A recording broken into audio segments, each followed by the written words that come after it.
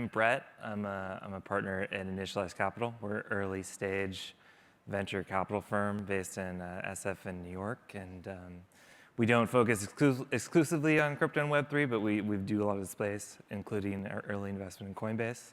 And I'm delighted to have Imran from Alliance DAO here with us today. So maybe you can tell us a little bit about yourself and Alliance to start off. Yeah, so Alliance is a Web3 focused accelerator program. We've been around for about 2.5 years. We've had startups like Synthetics, 0x, Kyber, DYDX, and many others that went through our program. We are transitioning to a DAO, so we'll talk a bit more about that. But yeah. Great.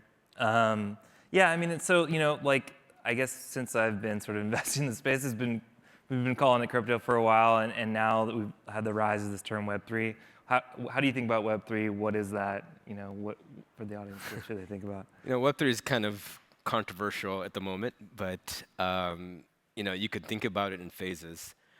Web 1 was primarily, as you know, most of the users and builders in the space that have discovered Web 1 was primarily building on decentralized protocols. So think of like TCP/IP, et cetera. However, Web 2 was primarily built on siloed companies that took strategic benefits from the protocols to build larger businesses. And most of the time, power was accumulated by these siloed businesses. And where I think the pendulum shifts back is to Web 3, which is ultimately users and builders are able to orchestrate or build products, and everything is incentivized through a token. And we can talk a bit more about what that means. Cool. Yeah. So you guys just had a cohort for the accelerator. Like, maybe you can talk about trends or companies you saw. What was exciting out of this last? Yeah. So this batch, we've seen DAOs and DAO toolings specifically. So there's startups like SuperDAO that allows any startup that wants to build a DAO quickly, or they want to enable DAOs, tooling, members directory, LLC incorporation, benefits, et cetera. So if you're a startup that's looking to build your first DAO, SuperDAO is probably the right product for you. We're seeing other DAO toolings, which is very interesting. So Rain, which is a Brex for DAOs, essentially. We're seeing Paper, Paper.xyz, which if you're building an NFT marketplace, they help you build out an easy checkout flow. And so we're seeing NFTs, DAOs, we're seeing metaverses, and we're seeing games. Those are like the four super trends that we're starting to see right now. Cool. And I guess something really interesting is like what you've seen a lot of founders transition from Web 2 to Web 3, and like what are they getting wrong? What are they getting right? Like what's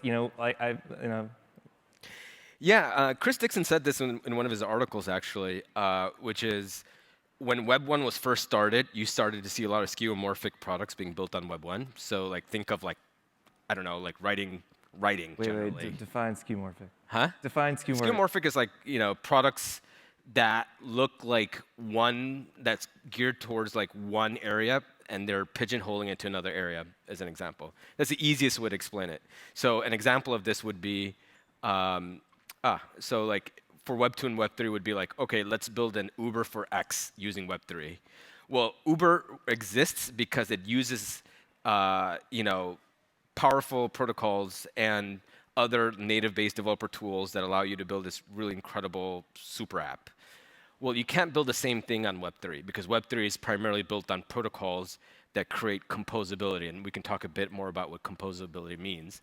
But you have to build a crypto-native-based application, and you have to leverage all the tools and resources to do that. Cool. Yeah, I mean, I guess like in the 2017, we're seeing these utility tokens, which was a very specific. I mean, we've come a little ways from there, right? Like, do you still is the level of skeuomorphism decreasing over time at all? Or? It is, and I think it's happening primarily because we're seeing like two types of like founders, right? Founders that have spent time in crypto and Web3. And those are the ones that are involved in communities. They're a part of governance. They're learning and using the products. And they start to see specific pain points that they can address. And when we hear founder pitches, we know that they've been involved in protocols, and so we know that that's like very crypto native. Then we see startup founders that come into the space that are very new, and that's where we see skeuomorphic products that are being pitched to us. So like an advice, high-level advice is, if you want to build in crypto or Web3, number one is like be a part of communities, learn and use the products, and start to identify pain points. So I guess that leads me to want to dive into like with this concept of crypto native, right? Like what are the hallmarks of crypto nativity? Yeah, the hallmarks for crypto native products are going to be, like I'll give you a perfect example of Uniswap. If you've used Uniswap, it's an AMM or a decentralized exchange that allows you to buy certain types of assets. And so you could think of this as Coinbase on smart contracts. And these smart contracts aren't owned or governed by anyone, right? Well, they aren't owned by anyone, but it's governed by the community, more or less. I mean, there's some interesting debates that are happening about that. We'll get into DAOs. Yeah.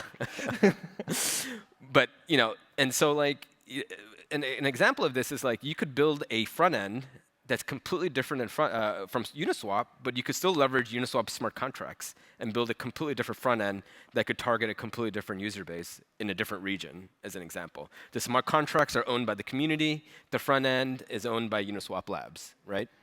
So that's being very crypto native, like totally building products that are completely smart contract based, that ultimately is censorship resistant, that allows anyone to build on top of it, that creates composability. So a little bit is like leaning into lack of control and like that's right. Decentralizing. It's like, could this protocol run forever? Is the way to think about it. Yeah. And I think Naval said this too, which is, open source. Like I consider open source and like the power of composability very similar. So he said something very cool, which is, open source is like you fix a problem once and you never have to fix it again. And so like you have other developers that come into the space that will just like fork or compose protocols in a way that can build a better product for the end user. So that's like being crypto native. Yeah, but I guess that brings me back to is like seeing all these people designing for decentralization from first principles. There is this tension between getting something to market and like having it perfect because you're not going to control it anymore. Yeah. So what do you tell founders about that and how to think about that? I mean, we're going through this as a DAO, so I can tell you a lot about this.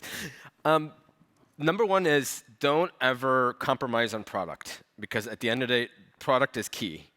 If you compromise decentralization for product, then you're going to end up losing control of the product and the way the product should roll. So and all of this is essentially governed by when are you going to release the token to the public, right? If you release the token to the public, then you have to be decentralized. And then if you're decentralized, then you have to think about product. So they all go hand in hand. So I would say number one in your product roadmap, number one is product. Is the product ready to scale to billions of users or even hundreds of millions of users? If it is a yes, then I would then go on the path of decentralization, right? I think one example of this is like DYDX, right? So DYDX has been around since probably one of the first crypto startups that's been in the space. When I would say like the first batch of employees that left Coinbase to start this, and they released a token a year ago, right? And now they started their whole governance process like very recently. But up until then, 2017 up until last year, they've been just focused on building an incredible product. Now they're doing upwards of $10 billion in trading volume a month. So that kind of tells you about how DYDX took that approach. Yeah. So then what do you think about I guess there's also these other approaches kind of like progressive decentralization. We're going to offer a relatively centralized product with hooks to decentralize over time. Have you seen that work, or is that? I mean, decentralization is like, it's important in the path. Like you have to map out like, what is your path to decentralization and what are the trade-offs you're going to make. I think that's going to be the most important thing. Because internally as an organization, you also have to think about, how is the power, accountability and power. And so, like, here's a perfect example: is MakerDAO. MakerDAO was one of the first DeFi protocols. If you don't know what MakerDAO is, it's a credit facility. Essentially, they'll help you. They are like a lending slash stablecoin product. So you can collateralize ETH, and then you could borrow DAI, which is its stablecoin, which is essentially a dollar that you could borrow against it, or that you could mint against it, and then that dollar you could use to do whatever you want within DeFi or extra wherever you want to do. So within MakerDAO, they were a traditional startup, and now they're completely decentralized. So there isn't a CEO, there isn't a product organization. They're all like mini DAOs that have its own brand and its own like team that are building different functions of MakerDAO. And so they've gone through the path of decentralization. But the question is, like, are they innovating in the space, right? Are they building out? Are they growing? Are they, are they going to be dominant in the next 2 to 5 years? It's very hard to say right now. Like, it's very easy to say that with like someone like a Slack that had first started like in the space for a few years. You know that they'll be in the space for a very long time because they benefit from a internal hierarchical organization, right? You have a CEO, you have an executive team, and then you have incredible team members that are continuing to support this hierarchy. So I think what we're starting to think about is like, how are DAOs going to thrive as teams and companies grow? And that is something that like we're actually architecting within Alliance, which is, like, what are like frontline contributors look like? How much time do they spend on the company? And then what does the other hierarchical organizations look like? Some people compare DAOs to like holacracies, as an example, right, of how power gets shifted from like an individual to people. And so we're thinking a lot about that as we scale. Cool. Yeah, it does seem like be a really big question. I guess perhaps we should step back now that we've thrown the term around a bunch, and what is a DAO? I see people creating tools for DAOs, and it almost seems as vague as like we write software for companies, because there's just so many different things and so many different styles of DAO. Maybe like, what do you think of the fundamental? Yeah, so there's like 3 components to what a DAO is: sovereignty, interconnections, and sovereignty. I say sovereignty, interconnections, and trust. Those are like the 3 things what makes a DAO. And so ultimately, the reason why DAOs are proliferating right now is because it's a natural extension of what's happening with Web 1 and Web 2. So what's happening in Web 1 and Web 2? Well, Web 1, if you guys remember, was primarily online groups that were created on like GeoCities or AWOL groups like AIM and other areas, right? And these groups are like, it was very short-lived because of the platforms, right? They existed for maybe a few years, and then it died because obviously there was this huge paradigm shift from Web 1 to Web 2. Web 2, you're seeing Reddit, I would consider as online group. You could see WhatsApp group, Facebook groups, and all of these incredible groups. But the problem with these groups is the fact that they don't have their own incentives, so they're reliant on like the platform's incentives, right? Or perverse incentives, however you want to put it. So like Facebook's goal is to primarily grow Facebook.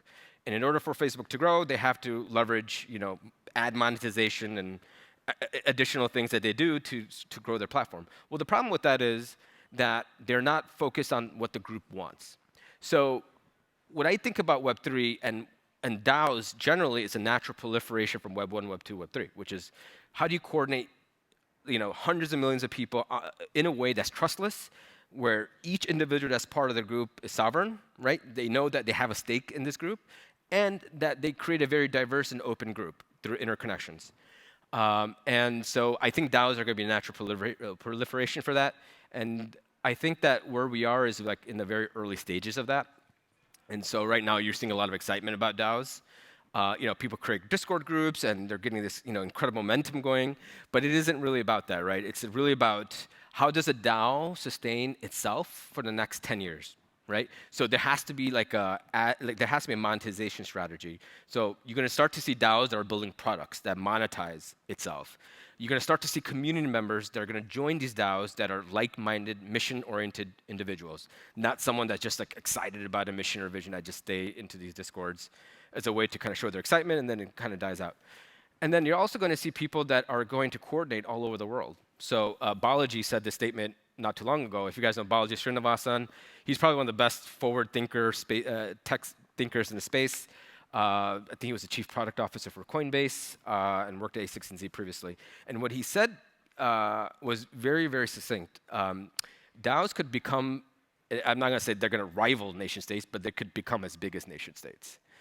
If you think about it, DAOs are online groups that are able to offer incentives and support in a way that's trustless and it's limitless. So you could think about it this way, like what we're building at Alliance is a DAO for founders all over the world for Web3. And so in a perfect world, what would that mean? Well, if you are a founder in India or Nigeria or wherever, and you want to build a startup, well, you could join our DAO. You could automatically get health benefits, so you can continue to be safe and support your idea. You could automatically get a stipend every month, and you can get seed funding, right? And so you can continue to be a part of this incredible community that's building for the Web3 momentum, and then also leverage all of the benefits and services that we offer as a DAO. Yeah, that's awesome. I guess, so what, speaking of your DAO, like what made you decide to transition to DAO? What was the moment where you're like, this is the right next step? It was actually, we thought a lot about it. We wanted to launch DAO a year ago, and so we pitched it to a few folks, and they passed. But I think the narrative is strong today. But I think one of the reasons why we wanted to go DAO was community, the power of community. I think with community, you could really scale quickly. You could hire, right, and grow your company that way. But I think with community, you're allowing them to be a part of what you're building. I think Chris Dixon or someone else said this very important, like succinctly, which is, what Web3 allows you to do is it allows you to own a part of whatever protocol or product that you're utilizing, which is a very powerful statement, which is that like every user that's going to be owning these protocols will have a direct share of ownership of the product that they're investing in. And so what we want to do is build like an incredible Web3 community. And so people are able to own a part of this DAO. They get the upside of the DAO because of all the founders that come through our program. And then we're building this community in a way that allows us to support future Web3 founders.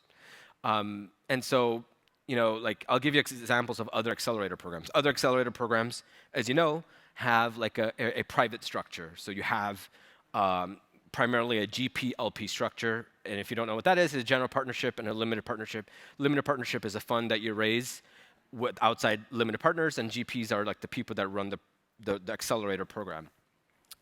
And primarily, all of the value is accrued to those two parties. And so all of the founders that come into the space, the only value they get is just being a part of the cohorts and the brand.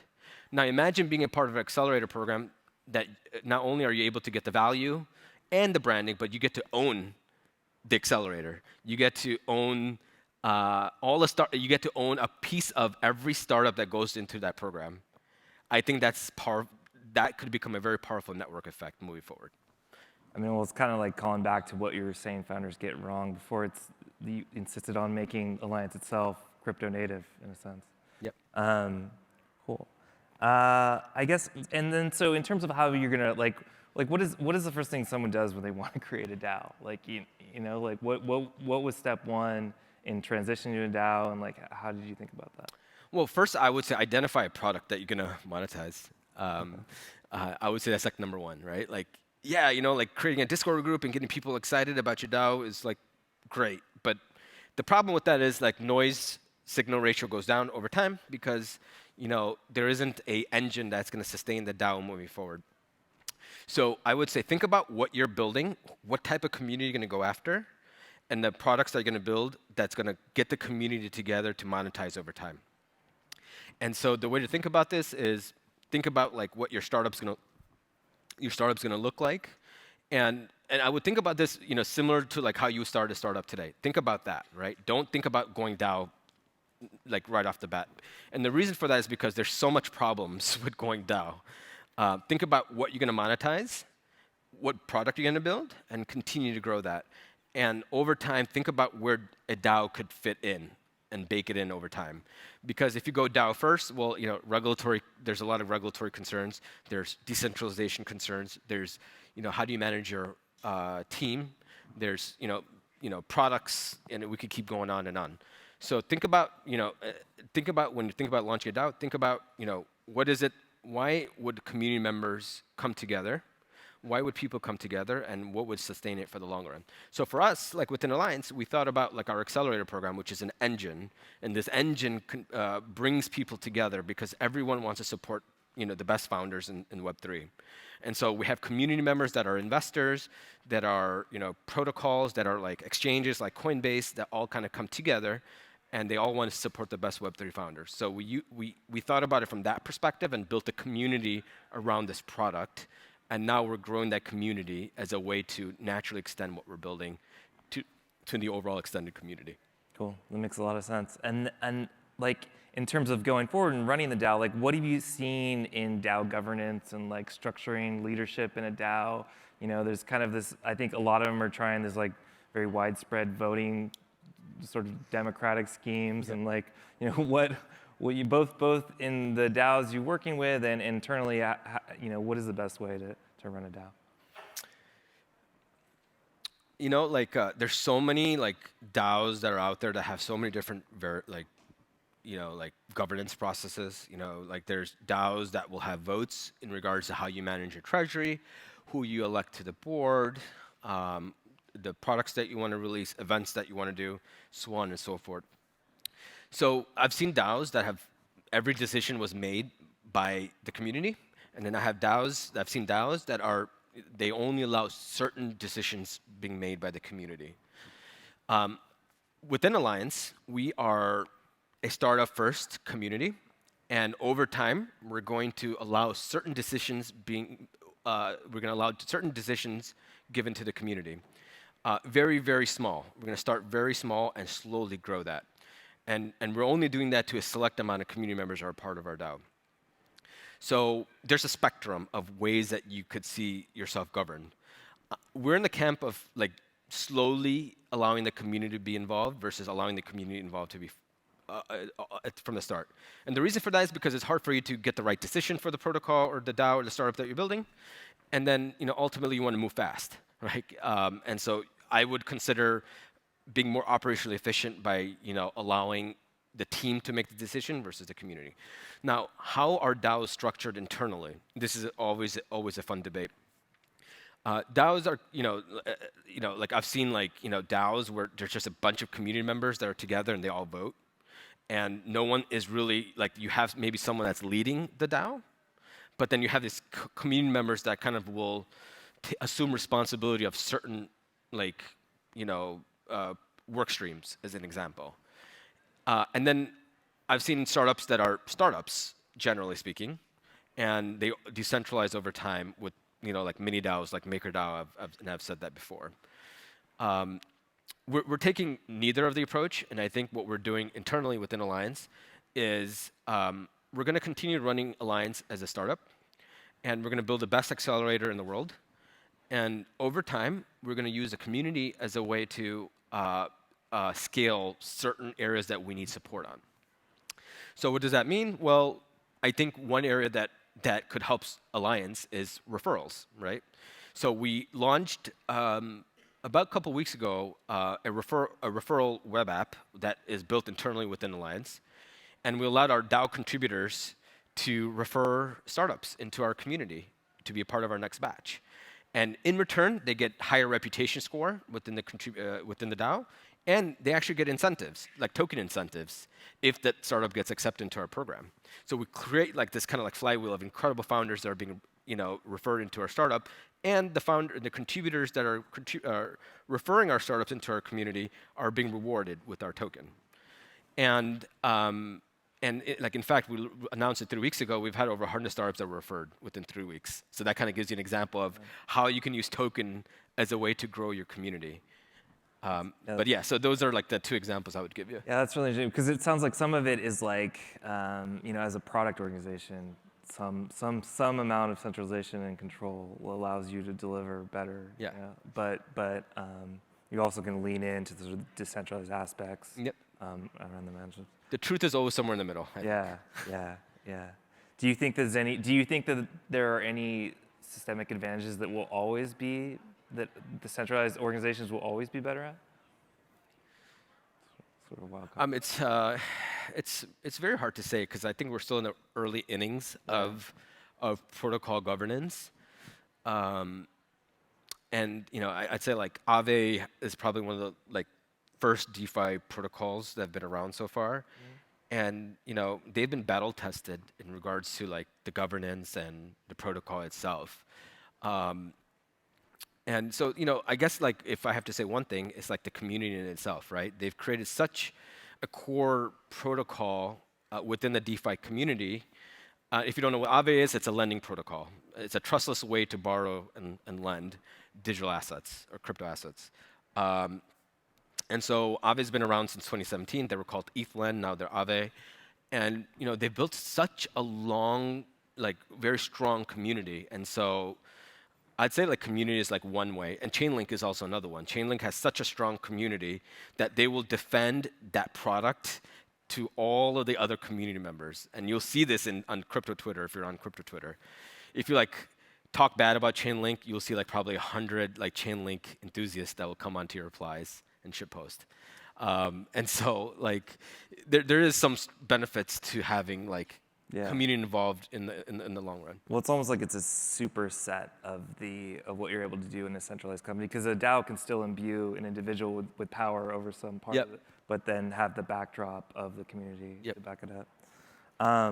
Cool. I guess I don't know when you see people moving to Web3, like I guess we hear about hacks and scams. Like, what are the risks? I mean, it's very risky. So, like, you're building smart contracts, right? You're using languages like Solidity and Rust, and you're building smart contracts that haven't been battle tested before, right? And so you could think of like all of what we're building as kind of an open source way of building products where you have economic attacks or hacks that will battle test your protocol. And so there are going to be risks. We've seen hacks that happen with protocols like DeFi protocols, and most recently like bridges. Bridges has becoming an important area for black hats and like hackers to extract value, because bridges are ultimately an important infrastructure that allows you to take assets from like a layer 1 like Ethereum to like an Avalanche or a Solana.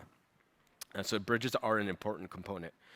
And so for founders that are building in a space, I think audits is obviously number one important part of what you do when you build a protocol. There's really cool tools that you can use, like Immunify, that helps you create bug bounties with like hackers. So you can give out a bounty for them finding hacks or like vulnerabilities on your protocol. You have like code 423 and 4, which is like a funnel for auditors to like essentially, it's like a mechanical Turk for auditors. So like they'll like come in, they'll like scrutinize your protocol, and they get a fee for that. So there's other tools that you can use to mitigate the risk. And obviously like you have to, like I've seen like protocols take like a bolted approach, which is like, instead of like opening up your protocol to like $100 million worth of users, you could start with like $2 million and then scale up to 5 million, 10 million, and then up to like infinite, so that you have a slow growth and a secure process in place. Cool. Awesome. It looks like we're about at time, and this has been awesome. It's I been really great. Appreciate it. And tell everybody how to get in touch and apply. So if you're building a Web3 startup, go to alliance.xyz or follow our Twitter at alliance.dao. And in fact, like our application deadline was yesterday, but we've extended it for an additional day because of all the great folks that are in the space. I think we have a slide that will kind of give you our details. So I think they'll put up our slide in a bit, where you can follow us. You could apply at alliance.xyz. And if you have any questions or comments about crypto, you could follow me on Twitter, and happy to send you a DM or whatnot. Thank you so much, everyone. Thanks a lot.